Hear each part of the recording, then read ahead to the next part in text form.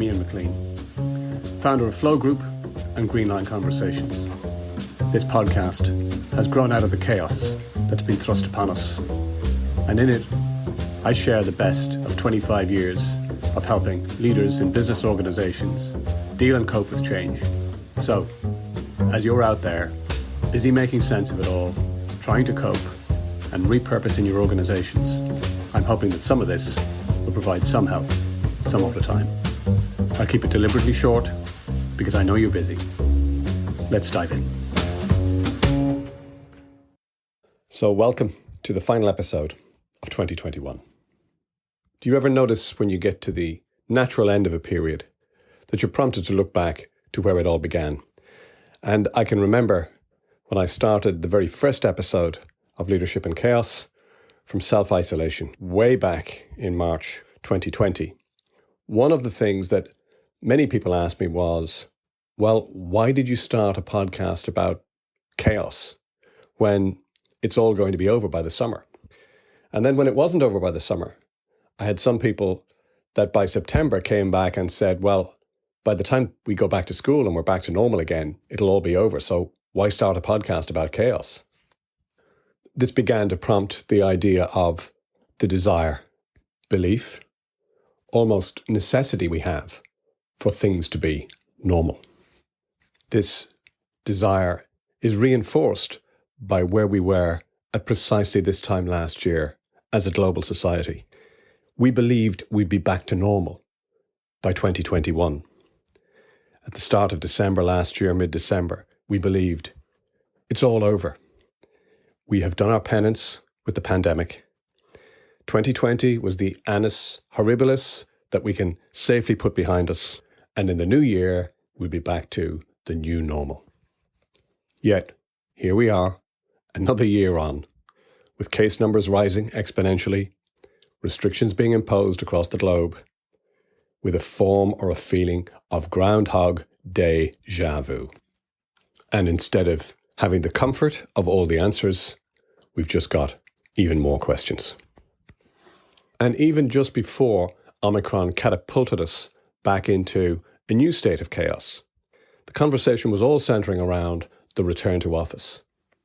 Once again, the narrative was underpinned by this idea of a return to a new normal.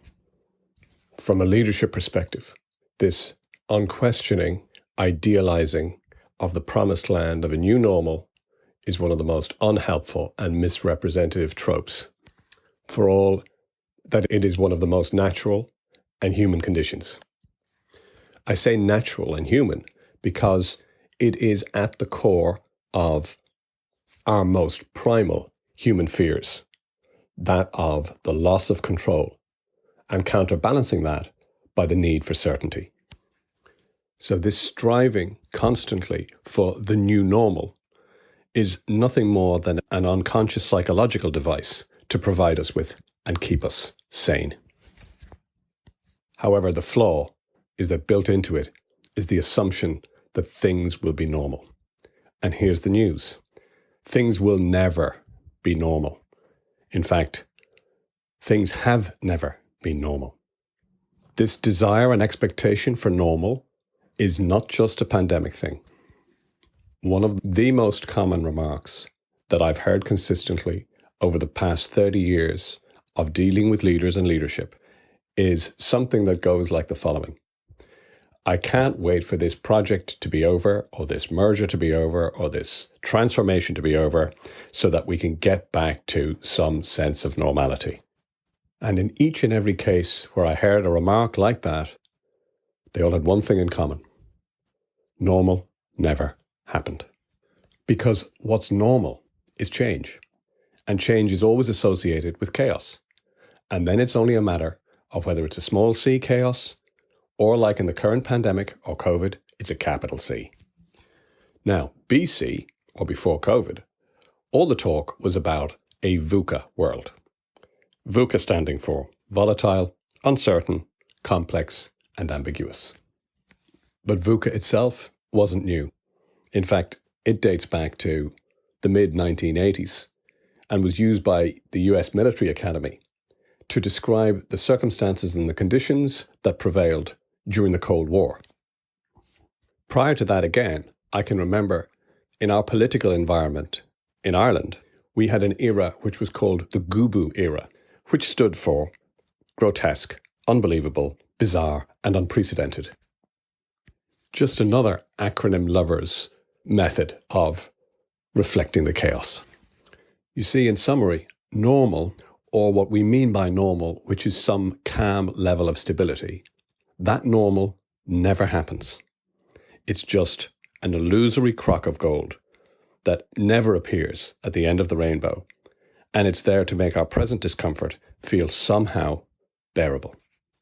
So ground zero for leaders today is accepting that chaos or abnormal is the constant condition we need to operate in and get qualified in operating in and skilled in operating in is the fundamental assumption we need to start with as leaders today.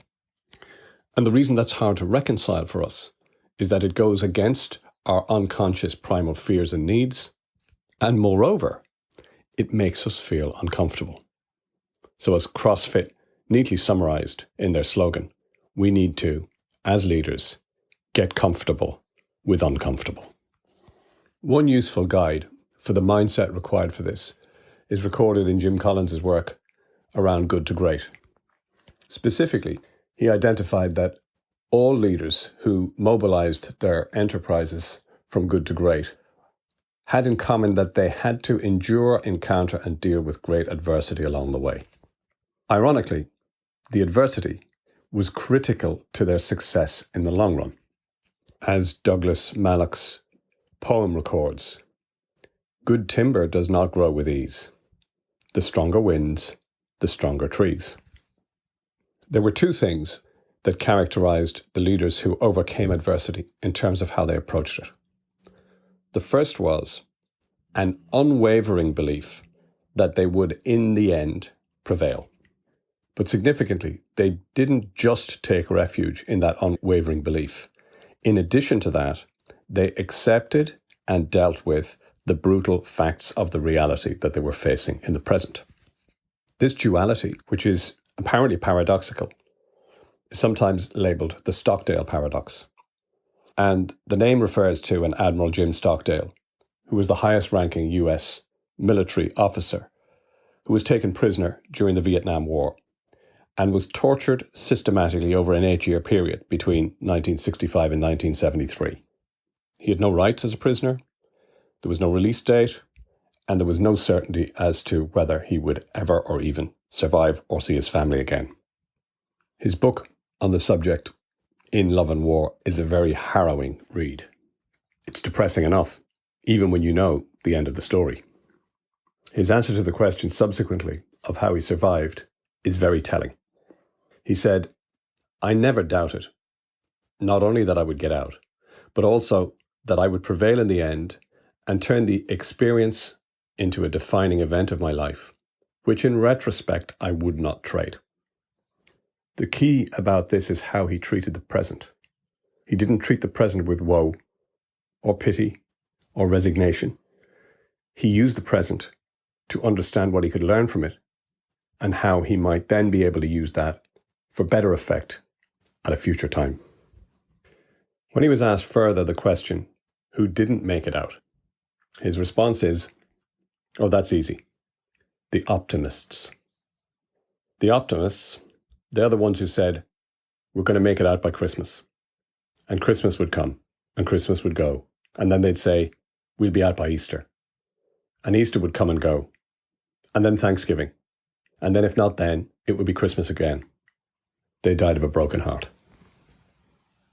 So in short, believe that you will prevail in the end, in spite of the circumstances, but confront however brutal and however difficult the current circumstances are, because in the chaos, there's gold in the dirt. It only remains for me to say, that's it for 2021. Thank you so much for following the podcast. It's greatly appreciated. If you'd like to find me, connect with me on LinkedIn or check out the website, which is flow, Flow, ukandireland.com. In the meantime, wishing you a safe, sane, and connected Christmas and New Year, and we'll resume hostilities again when we come back to the new abnormal of 2022.